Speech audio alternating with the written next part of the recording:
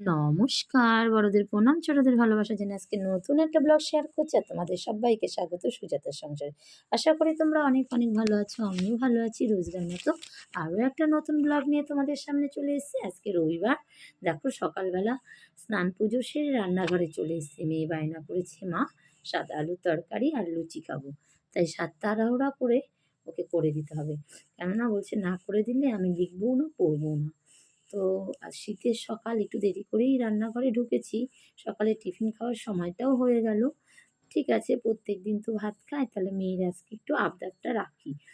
তো তাই সেই কারণে সাদা আলুর তরকারি হবে। কালো জিরা, কাঁচা লঙ্কা ফোড়ন দিয়ে তোমার সাদা আলুটাকে, আলুতে হলুদ দেবো না আরকি, একদম মাখা, মাখা করে করব। আর ওইদিকে দুধ বসিয়ে দিয়েছি সকালবেলা। আর এদিকে ময়দা ছিল অল্প, আর আটা দিয়ে ময়দা আটা মিশিয়ে লুচির ময়ানটা করছি। তারপরে একটু মেখে নিচ্ছি। মেখে কিছুক্ষণ রেখে দেবো, তারপর বেলে নেব।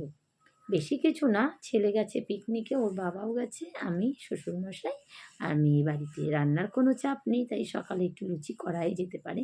অনেকটা রান্না রয়েছে, কিছুটা রান্না করব। আর মেয়ের তো ডাল লাগেই, ডাল করতেই হবে, ওর জন্য ডাল বসিয়েছিও। আর দেখো এদিকে লুচির ময়ামটা আমি করে নিচ্ছি, লুচিটা মেখে নিচ্ছি। মেখে কিছুক্ষণ ঢাকা দিয়ে রাখবো, তারপর আর কি বেলে নেব। দেখবে বাচ্চারা কখনো কখনো আবদার করলে সেই আবদারটা রাখতে হয়।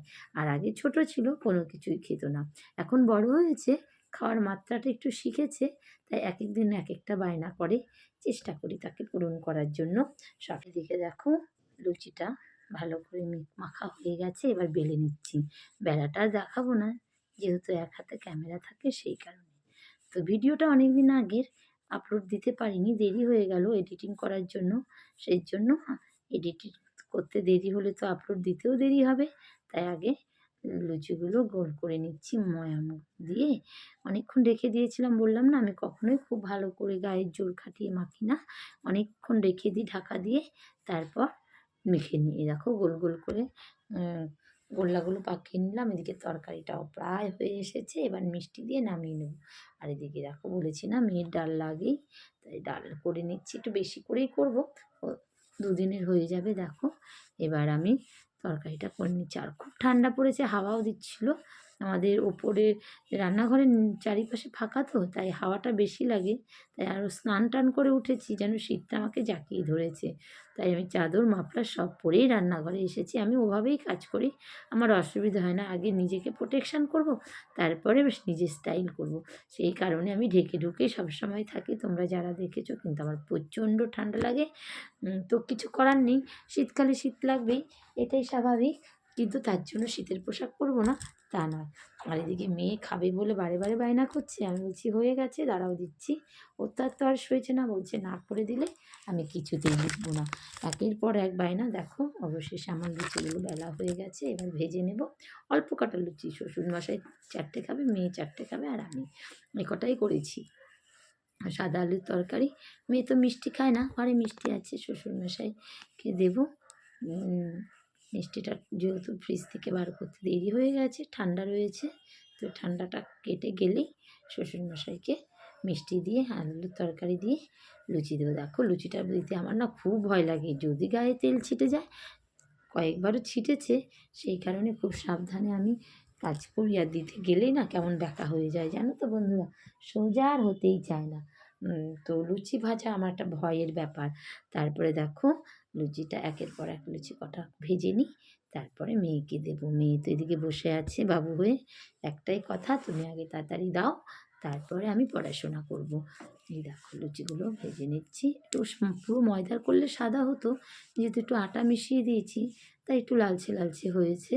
তো কিছু হবে না, আমরাই তো খাবো, বাইরের লোককে তো আর দেবো না। দেখো এটা দিতে গেলেও কেমন হয়ে গেল। একটা লুচি যদি ঠিক করতে পারি, কি অবস্থা আমার দেখেছো। আর এদিকে তো মেয়ে বক বক করেই যাচ্ছে, আমাকে তাড়াতাড়ি দাও, তাড়াতাড়ি দাও। আমি যে ঠিক আছে দেবো, ও তো কোনো কথাই শুনছে না। তারপর বসেই রয়েছে, ওকে আগে দিতে হবে, তারপর তরকারি যেহেতু হয়ে গেছে এক্ষুনি ওকে দিয়ে দেবো। ও খেয়ে তারপরে পড়তে বসবে। বাচ্চা মানুষ তো উঠেছেই দেরি করে, 9টার সময়, এখন তাও ঘড়িতে 10টার কাছাকাছি বাজতেই চললো।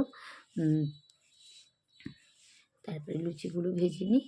আর তোমরা আমার ভিডিওটা যদি কোনো অংশ ভালো লেগে থাকে, প্লিজ একটু কমেন্ট করো আর একটা ছোট্ট লাইক দিয়ে দিও আর আমার পাশে থেকো।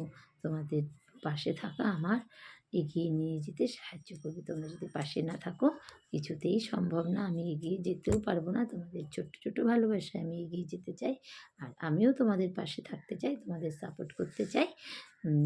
এই ইউটিউব প্ল্যাটফর্মটা বলো তো কি, সবাই সবাইকে সাপোর্ট করতে হবে, সবাই সবার কাঁধে হাত লাগিয়ে এই পথে চলতে হবে। একা একা কিন্তু বাঁচা যায় না।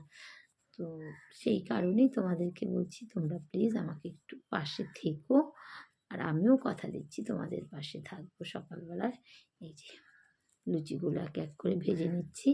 আর এই ছাকনাটা দিয়ে করতে অসুবিধা হয়, আরেকটাও আছে, ওটা একটু ভেজা ভেজা রয়েছে, সেই কারণে এটা দিয়ে করছি, ওটা আর ব্যবহার করলাম না। তো ওদিকে ডালও সেদ্ধ প্রায় হয়ে এসেছে, এবার কাঁটা দিয়ে ফোড়ন দিয়ে নেব। আর এদিকে রান্না রয়েছে, যেহেতু ছেলের বাবা বাড়ি নেই, সেই কারণে আমি শ্বশুরমশাই মেয়ে খাওয়ার সময় ডিমের অমলেট করে নেব। ডাল রয়েছে, লাউ তরকারি রয়েছে আর তোমার একটা পাঁচমিশালি তরকারি, এই দিয়েই আজকে আমাদের দুপুরের খাওয়া দাওয়া হবে। ভাতটাও পরে শেষের দিকে করবে। ডালে আমি নুন হলুদ দিয়ে দিয়েছি, কাঁচা লঙ্কা দিয়ে দিয়েছি, যেহেতু আমরা ঝালটা মোটেই খাই না সেই জন্য। আর রাঁধুনি ফোড়ন দিয়ে মুসুরির ডাল হবে, খুব ভাল লাগে। আগে যেমন দিতাম না, আর এখন তো এখানে শ্বশুরবাড়িতে এসে শ্বশুরবাড়ির খাওয়া দাওয়ার পুরো আয়ত্ত করে ফেলেছি। তো রাঁধুনি ফোড়ন দিয়ে মুসুরির ডাল, দেখো কালারটা কি দারুণ হয়েছে, আমার এই কালারটা ভীষণ ভালো লাগে। হ্যাঁ, এত ভালো লাগে কি বলবো তোমাদের। আর এদিকে দেখো মেয়ের জন্য, শ্বশুরমশাইয়ের জন্য, আমার জন্য খাবারটাও বেড়ে নিচ্ছি। অবশেষে বেড়ে নিই। আর দিদিদের বাড়িতেও আজকে লুচি হবে, লোক আসবে। তো ওদের বাড়িতে যে লোক আসবে আমি জানতাম না, দিদি বলেছিল মেয়েকে আমিই দেবো, কিন্তু তার আগেই আমার লুচি করা হয়ে গেছে। শ্বশুরমশাইকে যেহেতু খাবার দিতে হবে, ওরা হয়তো ওদের বাড়িতে লোক একটু দেরিতে আসবে, সেই কারণে আর ওদের জন্য অপেক্ষা করলাম না, আমি তাড়াতাড়ি করে নিলাম। তো আমার মেয়ে আবার ওর দিদিভাইকে দিয়ে আসলো দুটো লুচি সাদা আলুর তরকারি দিয়ে, আর আমরা তিনটে করে নিলাম। তারপরে দেখো তোমরা কিন্তু ট্রাই করো সাদা আলুর তরকারি, হলুদ ছাড়া আলুর তরকারি কেমন লাগে। আমি তো সবসময় করি না, মেয়ে আবদার মা আজকে সাদা আলুর তরকারি করবে, অনেক দিন ধরে বায়না করেছিল। তো ভাবলাম আজকে সুযোগ, আজকেই করে দিই। তো ওর খুব খুশি, আমি এবারও খেয়ে দিয়ে করতে পারবো। খিদেও পেয়ে গেছে, ও আজকে আর ভাত খাবে না, সকালবেলা লুচি আলুর তরকারি খাবে। বললাম মিষ্টি দেবো, বললো না। তারপরে দেখো আমাদের তিনজনেরটা বেড়ে নিলাম। এইবার আর যা বাদ বাকি থাকবে ও সন্ধেবেলায় খাবে আর ওতেই হয়ে যাবে। আর এদিকে দেখো আমি দুধটা গরম করে রেখেছিলাম, পুরো সর পড়ে লাল হয়ে গেছে। আর এই যে খাবার দাবার সকালে, এগুলো অনলি ফর সকালের খাবার দাবার করলাম। দুপুরে শুধু ডিমের অমলেট করবো আর কটা ভাত করব, তাহলেই হয়ে যাবে।